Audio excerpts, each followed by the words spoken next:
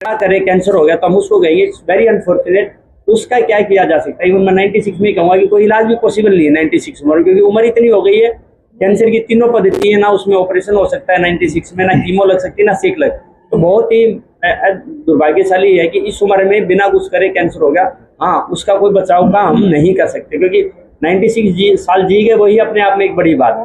Doctor साहब, अमूमन देखने में आता है कि कैंसर की स्टेज 1 या 2 और जाती है, तीसरी पता चलता है। हाँ। ऐसा क्या हो कि मरीज को प्रथम दृष्टया पता चल? बिल्कुल, ये आपने बिल्कुल सही सवाल किया है। इसका बहुत जरूरी है, इसीलिए इसका उद्देश्य क्या है कि लोगों को अवेयरनेस दे पाए। कारण क्या है कि हमारे यहाँ एक चीज बोलते हैं कि बहुत देर हो गई है। तो देर क्यों हो जाती है? देर हो जाती है कि हमें सही तरीके का पता नहीं है। तो सजेशन अगर आप जैसे अगर मैडम ने भी सवाल पूछा कि वो तो करते नहीं, तो उनको कैसे हो गया? इसका मतलब क्या है कि एक्सेप्टेंस नहीं है। एक्सेप्टेंस नहीं है मतलब लोग कोई सलाह देते हैं तो बहुत जल्दी एक्सेप्ट नहीं करते। हमारा नेचर है, ह्यूमन नेचर है कि आपको कोई सलाह दी जाए, आप उस सलाह को ना माने। तो कारण क्या है कि जैसे मान लो किसी को लक्षण है, कैसे कोई चीज पकड़ में आए? कोई चीज पकड़ में तब आएगी जब हमें उसके लक्षण पता हो। लक्षण जैसे मैं आपको अगर नाक कान गले की बात करूँ, अगर कोई भी मुंह में छाला 2 हफ्ते से ज्यादा, जीभ में, गाल में, दांत में, गले में कोई छाला अगर 2 हफ्ते दवाई लेने के बावजूद रुका हुआ है, तो बहुत ज्यादा अलर्ट हो जाना चाहिए कि आपको तुरंत कैंसर स्पेशलिस्ट मुंह और गले के कैंसर के पास पहुंच जाना चाहिए। ऐसे ही खाने में कोई तकलीफ है, आवाज में कोई बदलाव है, ठीक है, कोई गले में गांठ है किसी भी प्रकार की, तो रादर देन उसको आप मेडिकल स्टोर से दवाई खरीद के उसका कोशिश कर रहे हो 1 महीने तक, या कोई दूसरे डॉक्टर हैं जो स्पेशलिस्ट नहीं है उनके पास आप जा रहे हो दवाई दे रहे हैं, फर्स्ट स्टेज से लेके 3rd 4th स्टेज जाने में मुश्किल से महीना 2 महीना ही लगता है।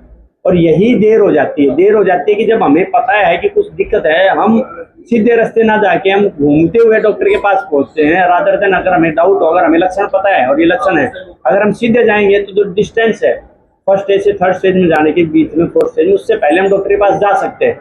और उसके लिए हमें रास्ता पता होना चाहिए, हमें कहाँ जाना और कब जाना है। तो जैसे मैंने मुंह और गले के कैंसर के लक्षण बताए, ऐसे बच्चेदानी के कैंसर के, मुंह के कैंसर के है कि अगर आपका ब्लीडिंग हो रही है लेडीज को ड्यूरिंग कोइटस, या वैसे भी रेगुलर ब्लीडिंग है, या ब्रेस्ट में कोई गांठ है, या कोई हड्डी या सॉफ्ट टिश्यू में कोई गांठ है, किसी भी पूरे शरीर में कोई प्रकार की गांठ है, तो ये चीजें ऐसी कि हमें स्क्रीनिंग करनी पड़ेगी। स्क्रीनिंग मतलब हम ये नहीं करें कि हम हर एक गांठ कैंसर है, नहीं, पर कोई भी गांठ कैंसर हो सकती है, उसका जल्दी से जल्दी। क्यों नहीं सरकार ऐसी व्यवस्था करती या डॉक्टर है कि मरीज को 10-15 दिन में पता चल जाए?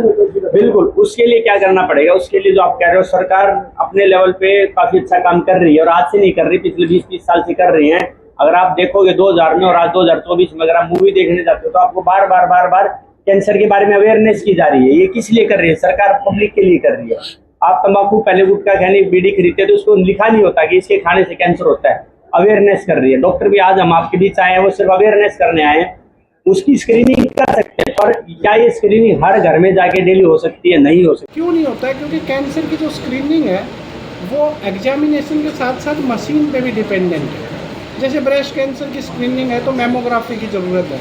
अगर मान लो मैंने एग्जामिन भी कर लिया और मेमोग्राफी नहीं करवाई तो फिर वो काम नहीं हो पाएगा।